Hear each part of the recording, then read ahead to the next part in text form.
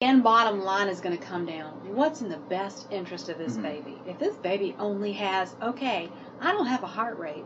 How can you have a movement if you don't have a heart rate? But, okay, let's say I have a very slow, non-viable heart rate. You know, it's beating once every 5 minutes. You know, it's just going up. A muscle's going, right. You know, that kind of stuff. And it's enough where my limb goes like this. Is it in that baby's best interest to be resuscitated? Right. And so I think you have to rely on some medical discernment to say, yeah, this is not fair for this baby. You're going to have parents, and oh my gosh, all they can see is it's my baby, and you need to do everything. Right. Exactly. Yeah. But are we going to be putting tubes and painful procedures and multiple operations on a blind baby who can't hear, can't see, and we've got a massive brain bleed? You know, because their brains are very, very fragile at that point in time. Right at that age, it is medical precedent. The physician will be making the call at that point in time. It's not like the parents can say, my baby is 21 weeks and I want absolutely everything done no matter what.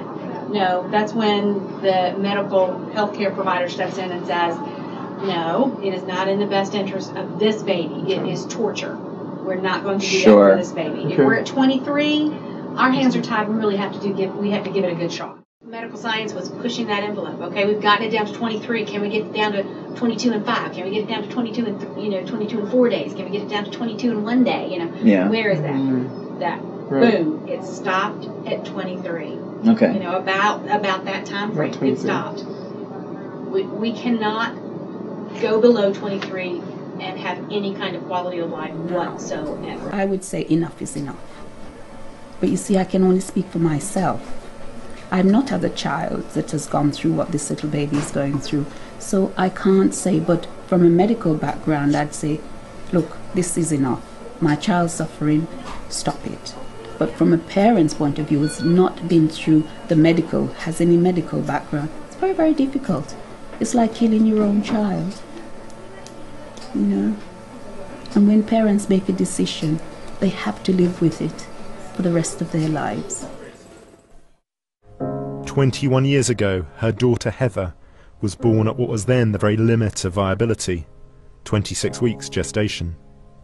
All I can use at my four limbs is my left arm. I'm not able to get myself anything to eat, anything to drink, get to the loo, answer the phone. Basically, if the carers don't come, I'm stuck in bed. Morning, Heather. Morning. As an adult, Heather has no routine help from the NHS. But the local authority provides carers to help her up in the morning. Ready? Yeah, ready. And Heather is struggling with her transition to adulthood after a happy school life and good A-level results. Earlier this year, she sank into depression. I had 6 months of counselling. I was crying every single night. I just didn't know where to turn, what to do. Horrible things were going through my head. So I just wished I could end my life, really.